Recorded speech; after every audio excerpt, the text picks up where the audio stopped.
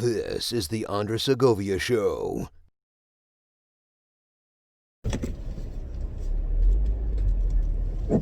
Car video time, people.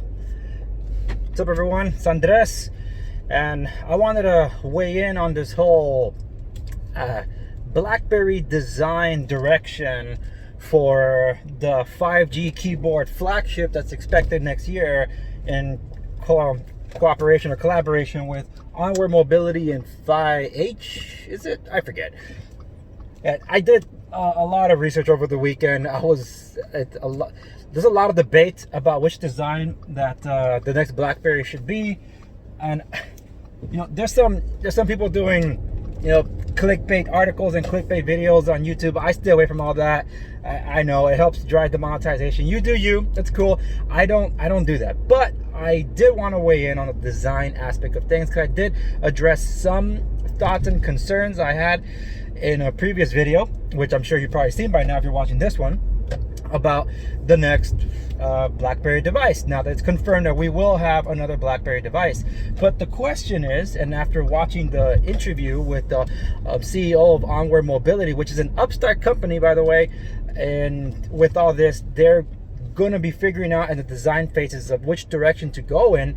I believe it really comes down to three prevailing designs that the BlackBerry community absolutely loves, but we have to set realistic expectations. We want a product, but we need a company to make that product, and for a company to make a product and to stay making products, they got to make money. So we got to think beyond just about what we want per se in a device, and more so, how can you win over non-BlackBerry consumers to come over to support the product and love it, so we can have future products and hopefully a diverse portfolio of things. So the three designs that immediately come to mind, one is the BlackBerry Passport Silver Edition, and along those lines would be the Key 2. I'm on the camp that vouches for the Priv. The Priv 2, I believe, would be the better way to go. It's the best of both worlds. You get the full touchscreen and you have a slide out keyboard mechanism. So you have a physical keyboard. So long as they are able to make it spaced out better and not as mushy as the Priv 2, then yeah, you got it solid. Quad HD display on that shouldn't be an issue, or even a great full HD AMOLED display akin to what Samsung has. Boom. And get the cameras right. The Priv was an awesome device that never got a chance to build off its strengths to address its weaknesses.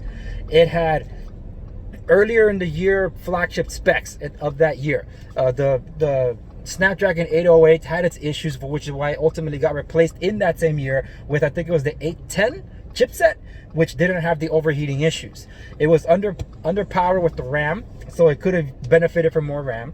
So with that in mind, and with the proper front-facing camera, not a crap camera, and a speedier software for what was technically a solid shooter, you could have had a home run in a version 2. So it never got its time in the light, whereas the BlackBerry Passport Silver Edition was I would say a second or third version of it, because the first one, which was the black one that launched along with the other colors of white and red, they had the sharp corners but didn't have that much of a pronounced chin at the bottom. So when the Silver Edition came out, it had a pronounced chin, which made it easier to hold and type on, which is why it's the most popular of all the BlackBerry Passport versions. But there was one in between which had rounded corners, and that was the AT&T one that had wireless charging also.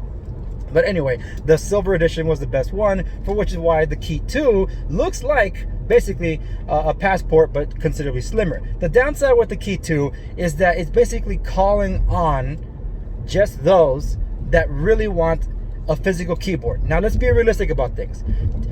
BlackBerry didn't have the resources to continue churning out new products in terms of hardware. That's why they ended up getting a manufacturing partner in TCL to be able to do so. TCL had the economies of scale to be able to do that. And if the keyboard was the home run we all assumed it was, or what they were calling it to be, Why not continue the licensing agreement? Why end it? That means it wasn't worthwhile for TCL to keep investing in a singular phone that targeted a niche group that wasn't rushing out the door to upgrade with every iteration of a device. So if there really isn't enough of a pool of BlackBerry hardware keyboard niche community to keep a company afloat, so to speak, with hardware, Onward Mobility must be thinking about that it's not enough unless they get their expenses really low.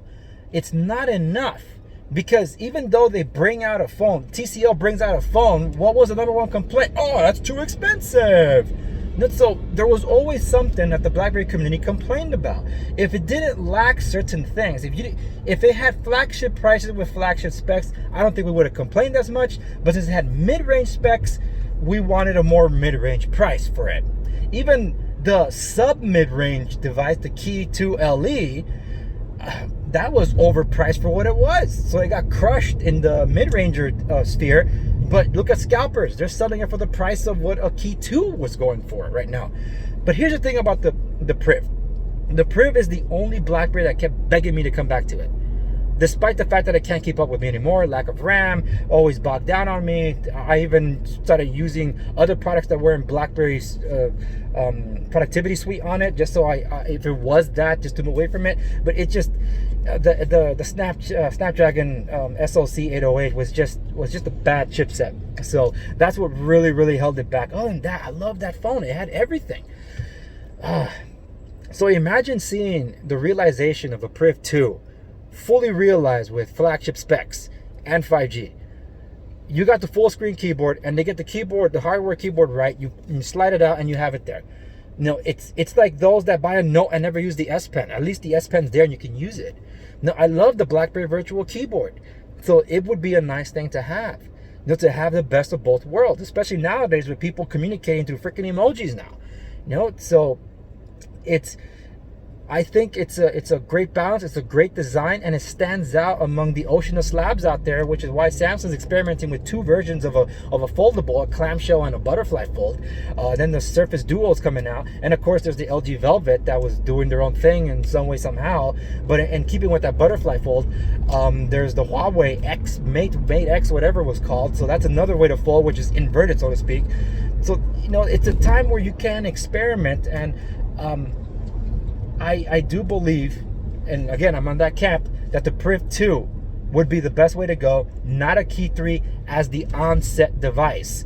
If you have if you service your community and you get a device that's also accessible to the main consumer, you market it right, and you get the right partnerships to be able to promote the device, you'll have a home run that will give you the economies of scale, or at least the income, to be able to invest in more diverse products like a Priv 3 and a Key 3. Imagine that. That'd be awesome. The best of two worlds. Kind of like the Z10 or the Z30 and a Q10 with a Classic. That would be really awesome. We all want to see that. So I think we all need to really see the reality of things. And right now, people are just debating over this big time. Even on my previous video, talking about this, my thoughts and concerns. There's disagreements over this, which way to go. Some people want the Passport, others wants the Key 3. I'm with the Key 2. I mean the Priv 2. The Priv 2. So what are your thoughts? What do you think? Where do you fall on this camp? I look, all devices are awesome, but in realistic terms, I just strongly vouch for the Priv 2. But I want to hear what you got to say. What do you guys think about this? That's it for this one. I wanted to fire up the camera real quick just because it's been on my mind a lot over the weekend. Check this out. Before I go, check this out. December last year, because I let go of my Priv 2. My Priv. I was really curious, so I checked online on Amazon and eBay here in the United States, and the Priv, there were some new ones, or like new, that were selling for about $140. I checked over the weekend on eBay and Amazon. They're going for over $300. How old is that phone? And it's selling for over $300. There's a clamor for that kind of device. And I'm sure some people are upgrading their old Priv to another Priv, but that's just the fact of the matter. I missed that phone. I really love that form factor, and in an ocean of glass devices, a non-slip carbon fiber or glass free back like that was just an awesome fit, especially for a freakishly tall phone when you slide it open. Yeah, I would love to see that happen. Weigh in on the comments down below. Thanks so much for watching. Like, share, subscribe, stay to know. I'll see you on the next one.